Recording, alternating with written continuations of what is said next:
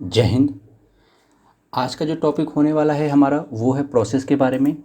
तो जैसे यहाँ पर हमारे पास हम जो क्रिएट कंपनी है, सर्ट है, सेलेक्ट है, अल्टर, डिलीट और लेजर क्रिएट करना, ये हम पहले की वीडियो में ही बात कर चुके हैं। आज का जो हमारा वीडियो होगा वो होगा कि कैसे हम लेजर को डिलीट करते हैं। उसके बाद ये नीचे के जितने भी प्रोसेस दिए गए हैं उनके स्टेप को हम समझेंगे।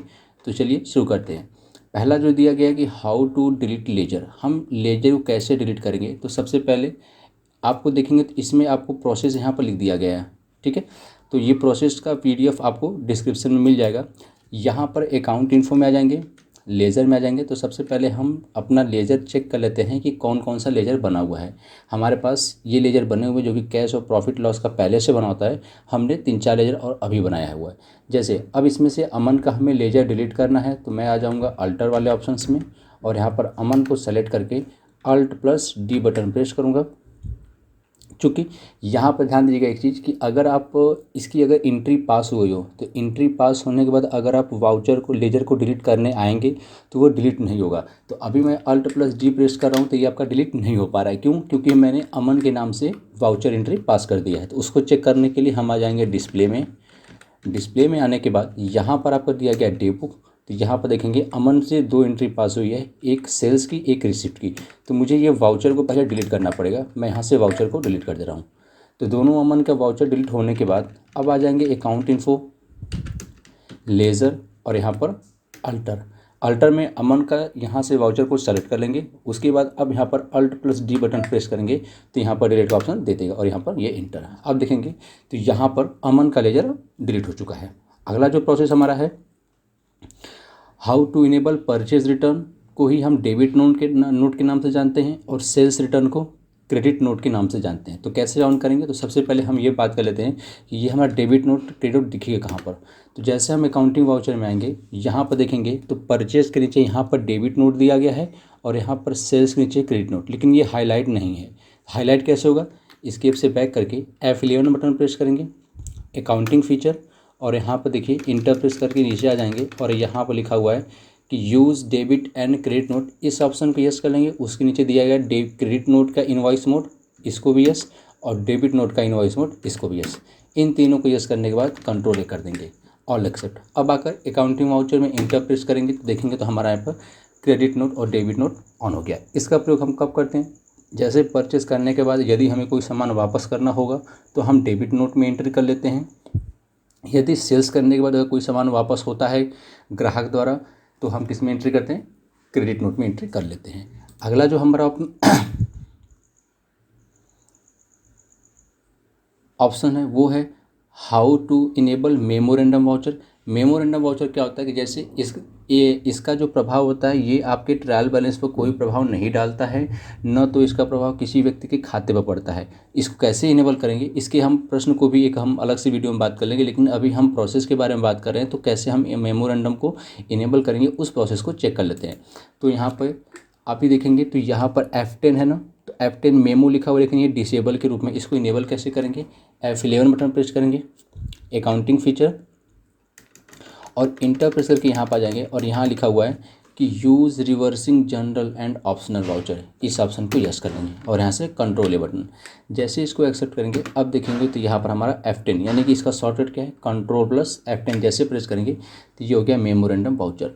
तो अगला जो हमारा टॉपिक है कि how to check memorandum voucher. तो सबसे पहले हम मेमोरेंडम वाउचर में एंट्री पास कर लेते हैं, उसके बाद हम चेक कर लेते हैं। जैसे अब यहाँ पर मुझे डायरेक्ट लेजर बनाना है तो Alt+C करके मैं डायरेक्ट लेजर एम्प्लॉय के नाम से मान लीजिए कि एक लेजर बना रहा हूँ, ठीक है, और ये मैं डाल दे रहा हूँ सेंट्री डेबिटर में। उसके बाद मान लीजिए कि मैंने 600 का यहाँ पर एंट्री पास कर दी और हमारे यहाँ से कैश गया है तो जाने वाली वस्तु क्या हो जाएगी? CR, कंट्रोल ए। अब हमें चेक करना है कि मेमोरेंडम वाउचर में जो हमने एंट्री की वो कहाँ से होगा। तो डिस्प्ले में आ जाएंगे, उसके बाद एरो की से आ जाएंगे एक्सेप्शन रिपोर्ट, और यहाँ पर हमारा दिया गया मेमोरेंडम वाउचर। तो देखेंगे तो अप्रैल महीने में एक यहाँ पर ट्रांजेक्शन्स हुए हैं, इंटर प्रेस करेंगे तो इसके अंतर्गत आपका यहाँ पर मेमोरेंडम एम्प्लॉय ए को हमने कितना रुपया, 600 रुपया डेबिट किया था, ये हमने दिया था, ये एंट्री यहाँ पर शो हो जाएगी, ठीक है। अगला जो है कि how to cancel voucher. Voucher को हम कैसे कैंसिल करेंगे, तो उसको चेक करने के लिए सबसे पहले हम स्किप से बैक कर लेंगे और जितने भी हम वाउचर एंट्री किए होती हैं वो जो हमारा शो होता है वो डिस्प्ले के डे बुक में ही शो होता है। डे बुक को हम हिंदी में बोलते हैं रोजनामचा। जैसे यहाँ पर हम इंटर प्रेस करेंगे तो देखेंगे यहाँ पर हमारे पास 3 एंट्री पास हुई हैं, एक पेमेंट का, परचेस का और मेमोरेंडम वाउचर का।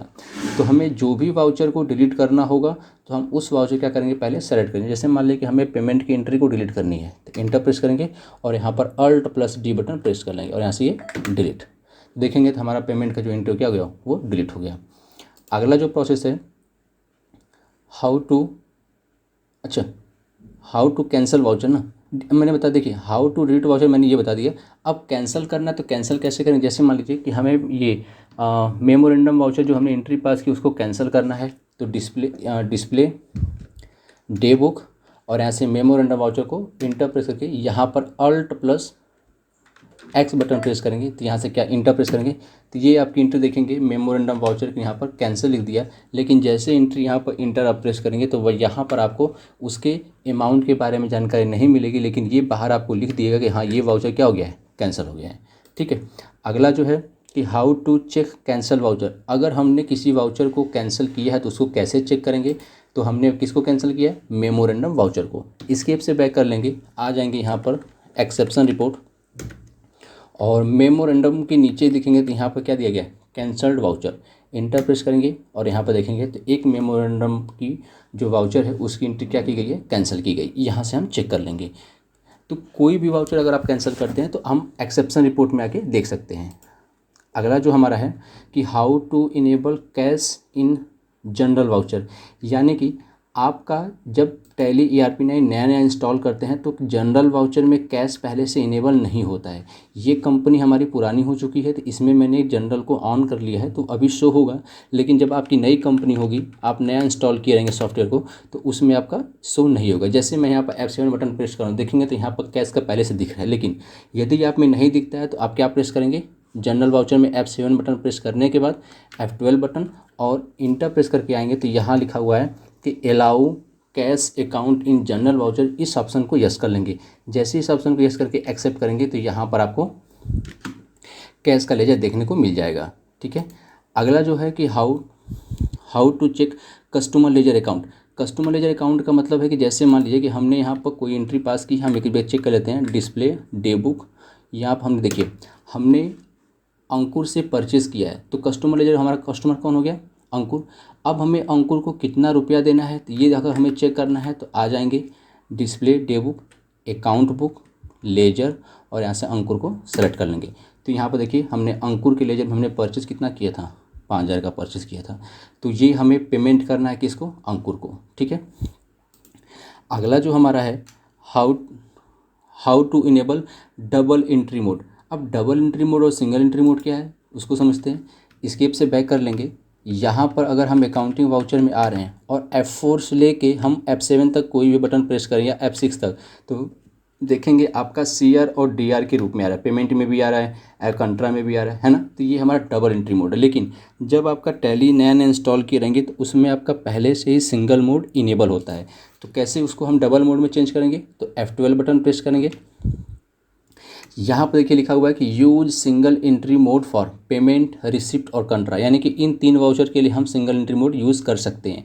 तो ये वाला ऑप्शन पहले में आप में यस होगा, हमें क्या करना है, इसको नो कर देना है। नो करने के बाद नीचे आएंगे, यहाँ दिया है कि use CR/DR instead of two by during voucher entry, इस ऑप्शन को यस करके कंट्रोल कर देना है। सिंगल एंट्री मोड में आपका DR/CR नहीं आता, वहाँ पर अकाउंट और पर्टिकुलर आता है। तो मैं भी सिंगल एंट्री मोड भी आपको दिखाता हूँ तो कैसा होता है। देखिए F12 बटन और यहाँ से सिंगल एंट्री मोड को ऑन करिए, कंट्रोल है। तो देखिए अब F4 प्रेस करिए, F5 प्रेस करिए, F6 प्रेस करिए, तो ये आपका सिंगल एंट्री मोड है जिसमें आपका CR/DR नहीं आता है। हमें क्या करना है, इसको डबल एंट्री मोड में चेंज करना है।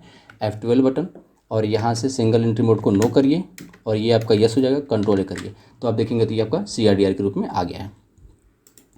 अगला जो है हमारा कि हाउ टू चेक सेल्स और परचेज रजिस्टर्ड। सेल्स और परचेज रजिस्टर का मतलब यानी कि हमने पूरे महीने में कितने लोग को सेल्स किया है या कितने लोग से सामान परचेज किया, उसका एक जगह रजिस्टर चेक करने के लिए कैसे चेक करेंगे, तो यहाँ पर आपको प्रोसेस का लिख दिया गया है। अकाउंट बुक, सेल्स और में चले जाएंगे। देखिए डिस्प्ले में आ जाएंगे, डिस्प्ले में आने के बाद यहाँ पर दिया गया अकाउंट बुक और यहाँ दिया गया सेल्स रजिस्टर। इंटर प्रेस करते हैं तो हमने किसी को भी सेल नहीं किया है, इसके से बैक कर लीजिए। परचेस में इंटर प्रेस करें तो हमने परचेस किया किस महीने में, अप्रैल महीने में, और किससे परचेस किया है, अंकुर से परचेस किया है। ठीक है, तो ये हो गया हमारा परचेस का। आगे दिया कि how to check receivable and payable.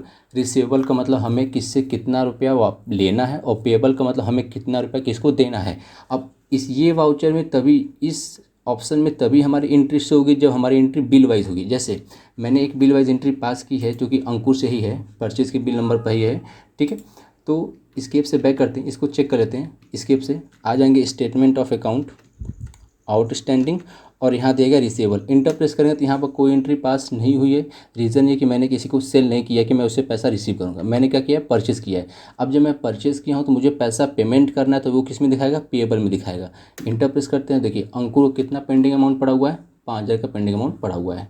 ठीक है, तो ये हो गया टोटल आपका प्रोसेस जो कि आज के हमारे वीडियो में बात करने वाले थे हम। अगर वीडियो अच्छा लगा तो वीडियो को लाइक करिए और चैनल को सब्सक्राइब करिए। धन्यवाद।